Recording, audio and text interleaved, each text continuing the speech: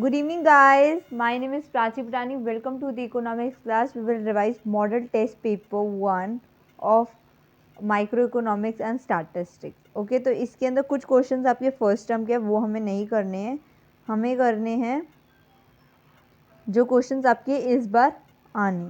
Okay तो question number 6 का और वाला अगर पार्ट आप लोग देखोगे, this is a very important question. मैंने आपको बताया था कि ये क्वेश्चन आपका आ सकता है, राइट। तो note down the question. Explain how does increase in the price of input affect supply of a commodity. जब प्राइजेस हमारे इंक्रीज हो जाते हैं इनपुट्स के अंदर तो क्या इफेक्ट डालते हैं सप्लाई, वो बताना है आपको, एक्सप्लेन करना है। तो वो क्वेश्चन आपको पता है कि आपने कैसे पूरा एक्सप्लेन करना है, आपने पूरा बताना कैसे। सबसे पहले आप प्रॉपर हेडिंग डालोगे ब्लैक पेन से, देन आप लोग उसका पूरा बताओगे। तो इस क्वेश्चन में तो यही बोले, explain how does increase in the price of input affect supply of a commodity, कि अफेक्ट क्या डाल रहे हैं सप्लाई पे, सप्लाई ऑफ अ कमोडिटी पे, कि जब प्राइस हमारा बढ़ जाएगा इनपुट्स के तो वो अफेक्ट क्या डालेगा, यही बताना है ना। Okay, next question is 8। what does the law of variable proportion show, why it does not apply in long run। लिखना आप लोगों ने है, मैं सिर्फ बता रही हूँ, ठीक है। लॉ ऑफ वेरिएबल प्रोपोर्शन का आप लोग पहले पूरा एक्सप्लेन करोगे, देन उन्होंने पूछा व्हाई डज नॉट अप्लाई, ये लॉन्ग रन में अप्लाई क्यों नहीं होता है, इन्होंने ये पूछा why doesn't apply in long run, क्यों नहीं होता है, ज़्यादा से ज़्यादा शॉर्ट रन में ही क्यों रहता है और लॉन्ग रन में क्यों नहीं होता है अप्लाई, ठीक है। ये आपको पता है। और आप इसके बदले एक क्वेश्चन और लिखोगे इसके साथ साथ, वन कर डिस्क्राइब, ये मैंने कल आपको लिखवाया नहीं था, बहुत इंपॉर्टेंट क्वेश्चन है। परफेक्ट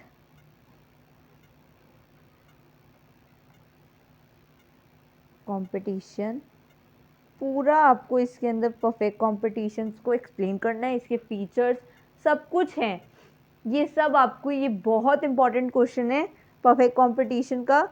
एंड उसके अंदर मैंने आपको एक अलग अलग दो टॉपिक करवाए थे, प्राइस सीलिंग, अगर आपने देखा होगा तो बहुत इंपॉर्टेंट क्वेश्चंस थे जो मैंने आपको करवाए थे।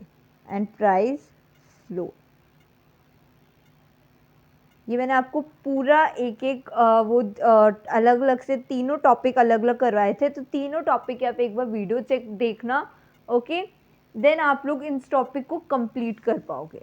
ओके, क्लियर है। ये दो तीन क्वेश्चंस हैं ये जो आपके बहुत इंपॉर्टेंट है, और मैंने आपको कहा था कि ये देखो, increase in price of input आ गया, लॉ ऑफ वेरिएबल प्रोपोर्शन आ गया, ये तीनों परफेक्ट कंपटीशन, प्राइसिंग, फ्लोर, ये तीनों, ये 5 क्वेश्चन जो हैं ये बहुत इंपॉर्टेंट क्वेश्चन हैं, ठीक है। और मैंने यही आपको सारे एक जब मैंने आपको कल बताया था तो यही सब बताया था कि यही बहुत इंपॉर्टेंट है। Okay, next is this is not a one से।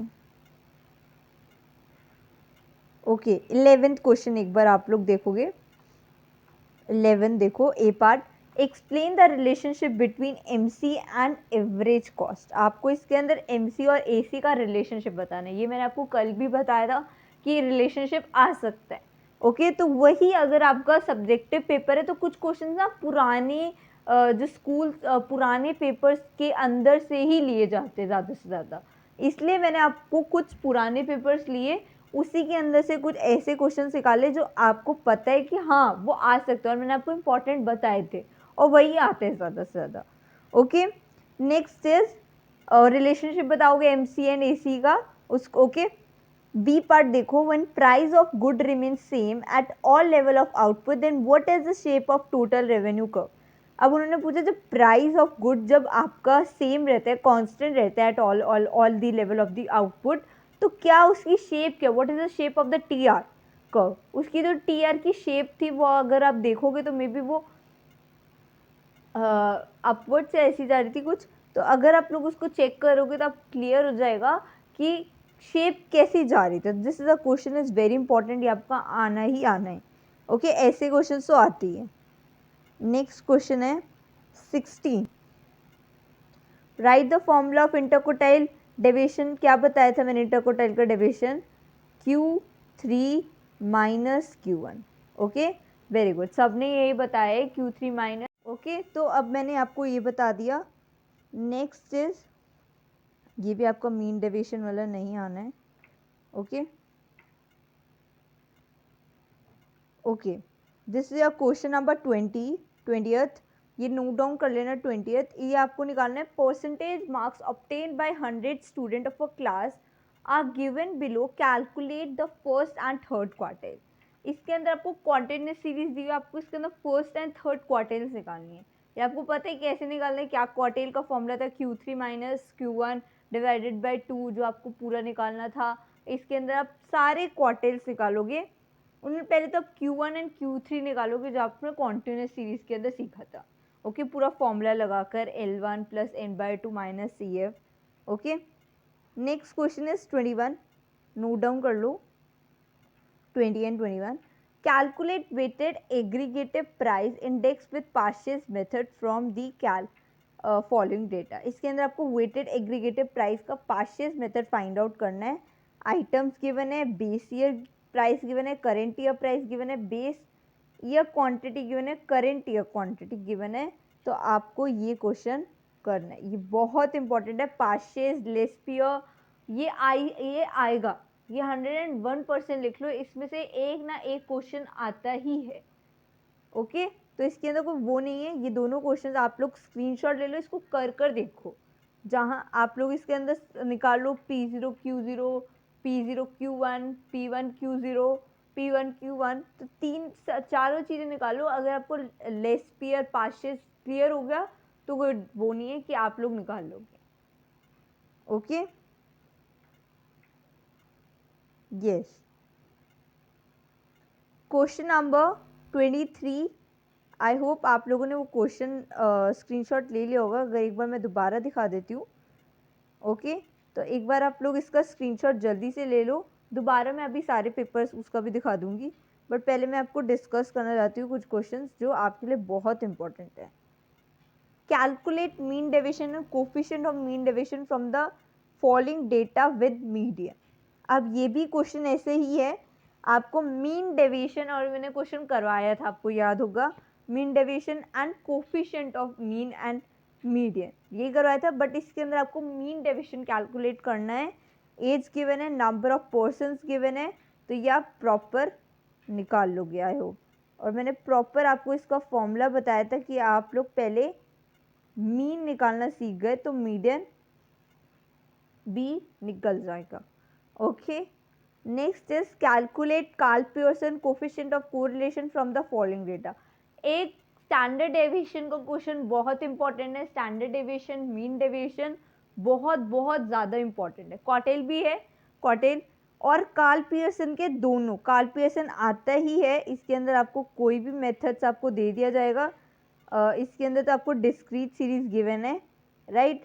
तो आपको डिस्क्रीट सीरीज गिवन है, आपको पता चल रहा है, आप लोग निकाल सकते हो एक्स बाय, उसके बाद जो आपको एक्चुअल मीन लगाओ, कुछ भी लगाओ, स्टेप डेविएशन मेथड लगाओ, किसी के थ्रू भी करो, बट ये क्वेश्चन भी आता ही है। Karl Pearson, mean deviation, standard deviation, quartile deviation, ये तीनों क्वेश्चन उस चैप्टर में बहुत इंपॉर्टेंट है, कार्ल पियर्सन। ठीक है, नेक्स्ट वाला भी आप लोग करोगे। Calculate Spearman's rank correlation of correlation from the following data. ये भी आपको गिवन है एक्स वाई, तो आप लोग को पता होगा कि आपने क्या निकालना है इसके अंदर। ओके, एक्स एंड वाई क्या निकालना है, ये तीनों क्वेश्चंस आपको करने। क्लियर है? Any doubt? No. Okay, next पे चलते हैं हम आगे। Okay, this is the answer of this questions. No no. Okay, so आप लोग, मैं एक और पेपर है वो हम लोग पहले डिस्कस कर लेते हैं, नेक्स्ट भी the question, this is a model test paper 2।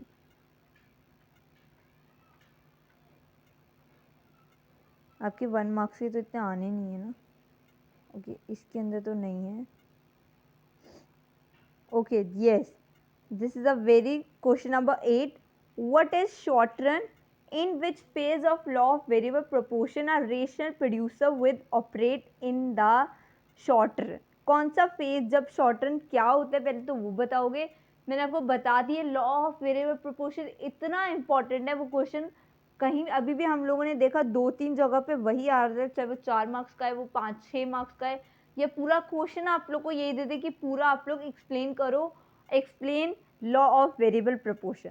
तो आपको वही बताने कि कहाँ पे शॉर्ट रन फेस करता है। ओके, नेक्स्ट है, yes this is a question number 11 का जो और पार्ट है। What is the meaning of supply function? Supply function मैंने आपको बताया था, एक वर्ड याद रखोगे आप लोग, फंक्शन से क्या वर्ड था बताओ, रिलेशनशिप, राइट, रिलेशनशिप। और आपको मार्केट सप्लाई के explain any 4 determinants of market supply, उसके आपने कुछ डिटर्मिनेंट्स फैक्टर अफेक्टिंग जो मैंने आपको पहले ही क्लास में करवाए थे, वो आप लोग डिटर्मिनेंट्स मार्केट सप्लाई के 3 जो थे वो तीनों रिवाइज करोगे। ओके, तो ये क्वेश्चंस जो हैं बहुत इंपॉर्टेंट हैं, तभी मैं आपको बार बार कह रही हूँ कि इसको बार बार पढ़ते रहो, कोई वो नहीं है इसके अंदर, ऐसे क्वेश्चंस आते ही हैं। Okay, next 21 items base year, current year, weight. इसके अंदर आपको क्या निकालना है, weighted average of price relative. ये मैंने आपको इसके अंदर बताया था कि अगर वेट गिवन है, बेस ईयर गिवन है प्राइस का और करेंट गिवन है, तो आपको सिर्फ क्या निकालना है, आर डब्ल्यू निकालना है। एंड और क्या सीखा था आर डब्ल्यू के साथ आप लोगों ने, आर निकालना है, डब्ल्यू गिवन है आप लोग को वेट। ओके, तो वेट गिवन है और आपको पहले आर निकालना है और आर डब्ल्यू को मल्टीप्लाई कर देना है, सिंपल। ये मैंने सब सिखाया हुआ है आप लोग को, एक बार रिवाइज करना है बस आप लोगों ने। Okay, please screenshot this question जल्दी से, ये बहुत इंपॉर्टेंट है, ये आने ही आने हैं, पहले बता रही हूँ, ठीक है। प्राइस इंडेक्स नंबर का भी 1-2 क्वेश्चंस आएंगे, अगर 40 मार्क्स में आते हैं, 40 मार्क्स का पेपर है, एक उसका लगा लो इंडेक्स का, एक कार्ल पियर्सन लगा लो, मीन मीडियन स्टैंडर्ड डेविएशन का बहुत इंपॉर्टेंट है, वो आएगा ही आएगा, ठीक है। तो इन 4 की तो बहुत अच्छे से प्रैक्टिस करो, मैं बता रही हूँ। नेक्स्ट पेज पे चलते हैं। ये देखो कार्ल पियर्सन फिर से आ गया। मैंने आपको कहा था कि कार्ल पियर्सन कभी भी हमारा पीछा नहीं छोड़ेगा, ठीक है। और ना ही, या तो आपको ऑप्शन दे दिया जाएगा कि कार्ल पियर्सन करो या स्पियर्समैन रैंक कोरिलेशन करो, जो आपको इजी लगे। वैसे तो इजी रैंक कोरिलेशन है, अगर आपको रैंक कोरिलेशन इजी लगता है तो वो कर दो, बहुत इजी है। ओके, तो देखो कार्ल पियर्सन का भी क्वेश्चन नोट डाउन कर लो जल्दी से। एक्स वाई गिवन है, कोई भी मेथड से करो, कोई प्रॉब्लम नहीं है मुझे। अगर इसके अंदर और कर आ रहा है तो मे भी हो सकता है आपका भी आ जाए, ठीक है। तो आप लोग इन और क्वेश्चंस को ये जो और है, अगर कार्ल पियर्सन या रैंक कोरिलेशन है तो ज़्यादा फोकस रैंक पे करना कि रैंक बहुत इजी है आप लोग के लिए। ओके, कार्ल पियर्सन थोड़ा सा डिफिकल्ट है बट रैंक ज़्यादा इजी है, राइट। ये तो मैंने आपको उसी दिन बता दिया था। जल्दी से स्क्रीनशॉट ले लो इन दोनों क्वेश्चंस का। ओके, तो यही आपका लास्ट क्वेश्चन है, ये 2 क्वेश्चंस हो गए, एक बार जल्दी से देख लो। कार्ल पियर्सन और स्पियर्समैन, ये आने ही आने, ये आ सकते हैं क्वेश्चन कार्ल पियर्सन, ठीक है। और इसके अंदर और तो कोई क्वेश्चन नहीं थे ना, इसके अंदर थे, एक बार इसका भी स्क्रीनशॉट ले लो जल्दी से। प्रैक्टिस करनी है, ठीक है, प्रैक्टिस नहीं करोगे। और इसके अंदर पहले ये 8th क्वेश्चन देख लो जल्दी से। लॉ ऑफ वेरिएबल प्रोपोर्शन तो रट लो भाई, रट लो, उसको रिवाइज करते करते उसको रट लो, जितना रट सकते हो ना उस क्वेश्चन को तो रट लो, वो क्वेश्चन आएगा 101%। लॉ ऑफ वेरिएबल प्रोपोर्शन देखो इस पे भी दिया हुआ है, 8th क्वेश्चन में पढ़ो, जैसे मर्जी कर वो आएगा, कैसे भी आए वो, ठीक है। ये देखो इधर भी सप्लाई का जल्दी से कर लो।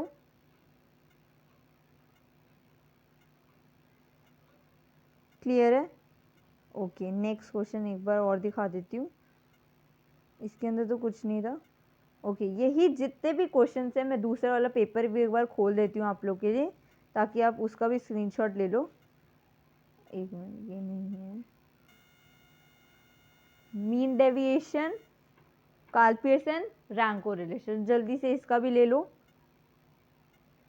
आज का आपका यही होमवर्क है। जितने भी हम लोग पेपर्स में आप लोग के निकाल कर आ रहे हो, आप उसी ही बस मतलब क्वेश्चंस की प्रैक्टिस करो। और क्वेश्चंस आपको कहीं से मिलते हैं वो निकालो, वो करो। जैसे मैं ढूंढ रही हूँ आप लोग के लिए, तो आप लोग भी क्वेश्चंस को ढूंढो और करो उसकी प्रैक्टिस।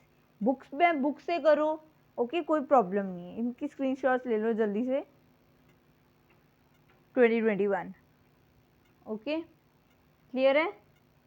ओके, इसका भी ले लेना जल्दी से। ये 11th क्वेश्चन तो बहुत इंपॉर्टेंट है। वही क्वेश्चन है जो मैंने आपको बहुत इंपॉर्टेंट बताए हैं, ठीक है?